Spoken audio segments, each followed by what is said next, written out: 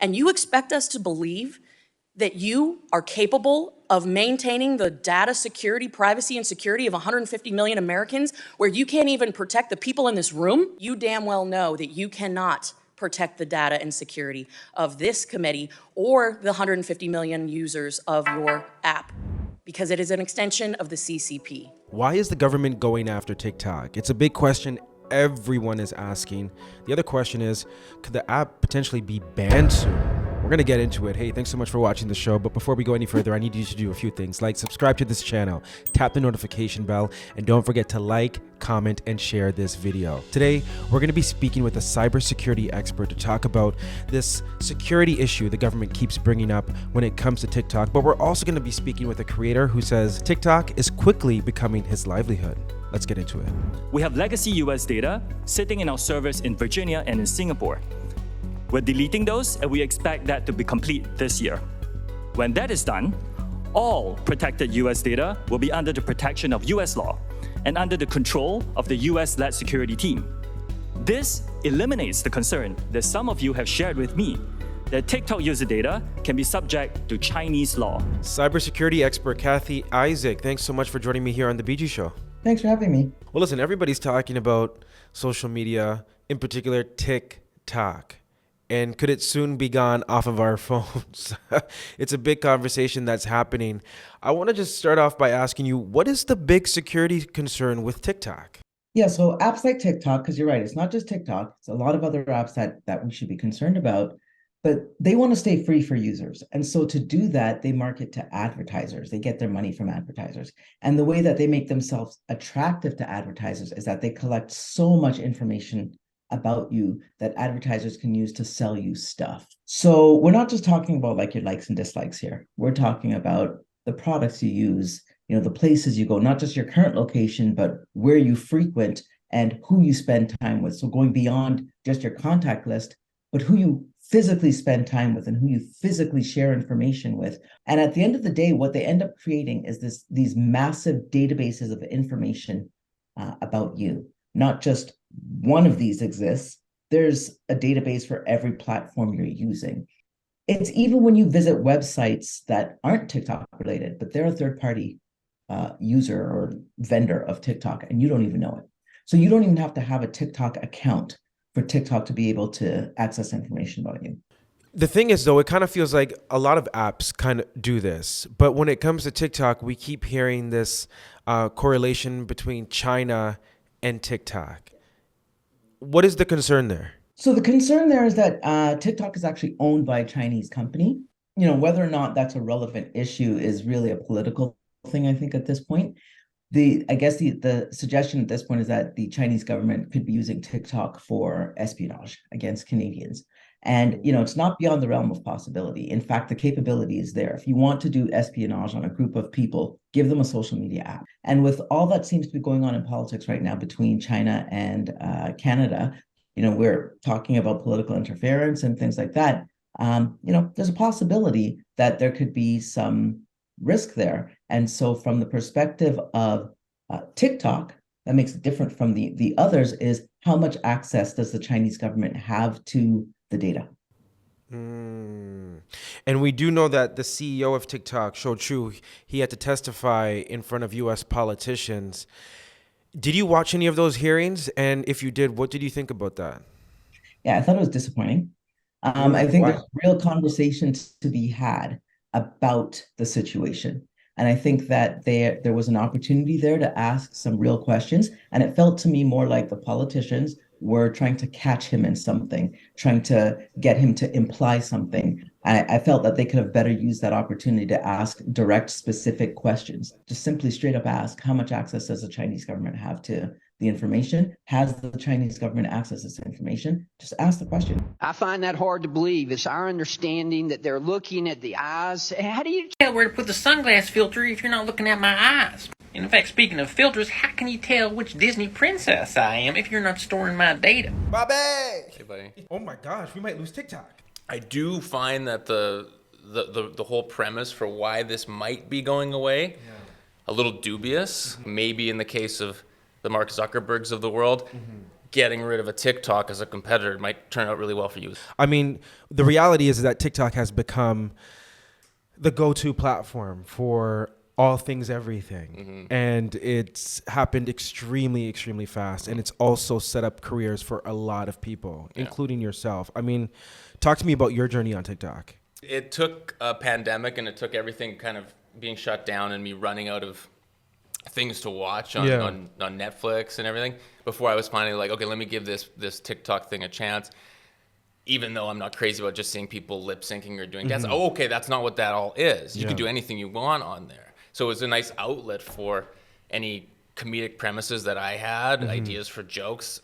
It's been a lot of fun. For me, that's the number one thing. It's a lot of fun. And it would be a shame to kind of rip that away from a lot of people, including myself. How is, creating this platform that you have for yourself on TikTok, how has that changed your life? It gave me a reason to, smile and laugh and do things.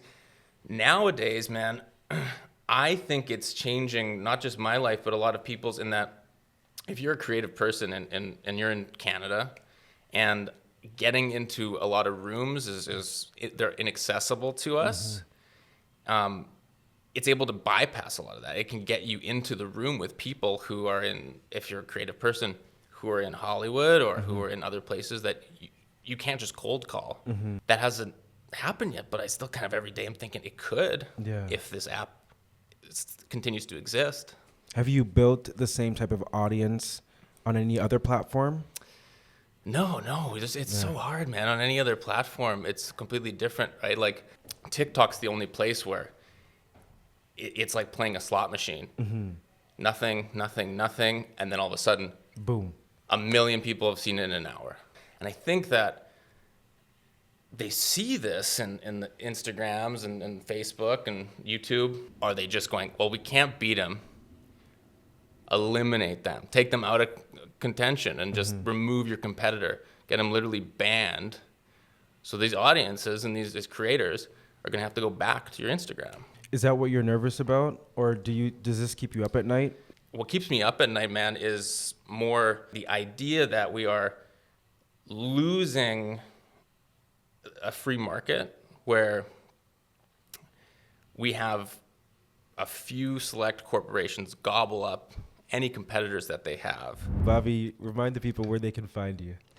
You can find me at Bobby for Profit on TikTok.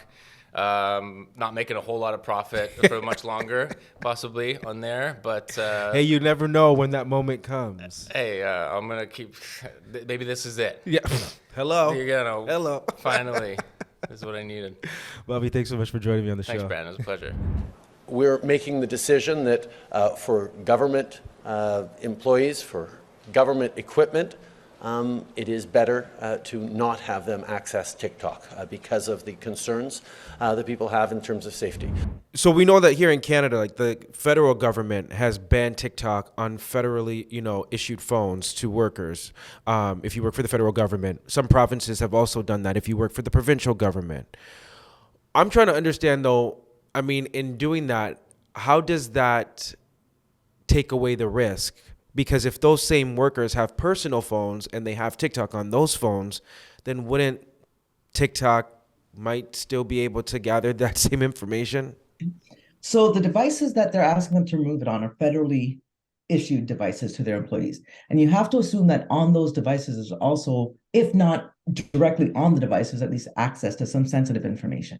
The Canadian government, in making that move, was not actually looking to support federal employees' personal information. They were looking at the information of Canadians.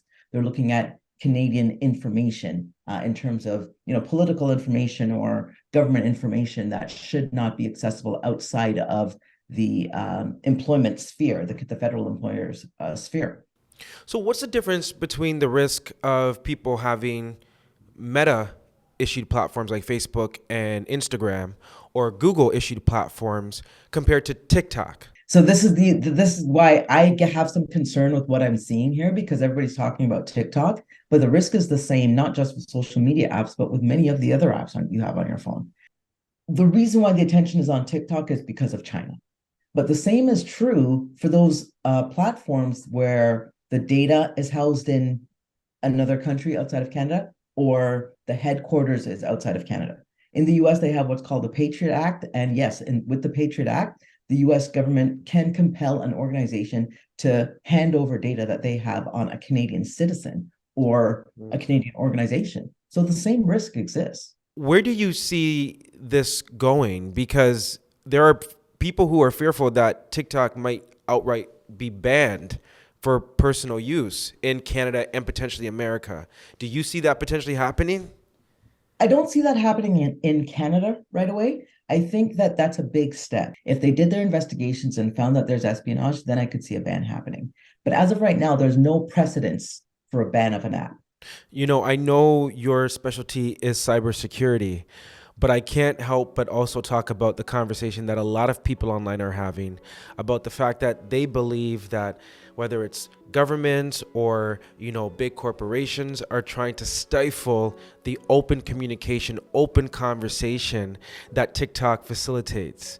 Do you think potentially that could also be at play here, or is this really just a security issue? Especially in Canada, I don't think that's what it is. I think this is a security and privacy concern. I think that we are a nation that, you know, despite everything that we've seen happen over the last couple of years, we are a nation that's very open to free speech. And there's a lot of opportunity for creators coming out of Canada. In the next 3 years, I'm going to ask you to make a prediction. Will we have TikTok on our phones or will it be removed? We will have TikTok on our phones in the next 3 years. All right. Thank you so much, Kathy, for joining me. I appreciate your time and your expertise. Thank you. Hey, it's BG, and I want to know, what do you think about what you just watched? Make sure to drop your thoughts in the comments below, but also make sure to check out even more great content like this video and this video over here. And if you haven't subscribed to the Brandon Gonez Show, do so right now by clicking this button right here.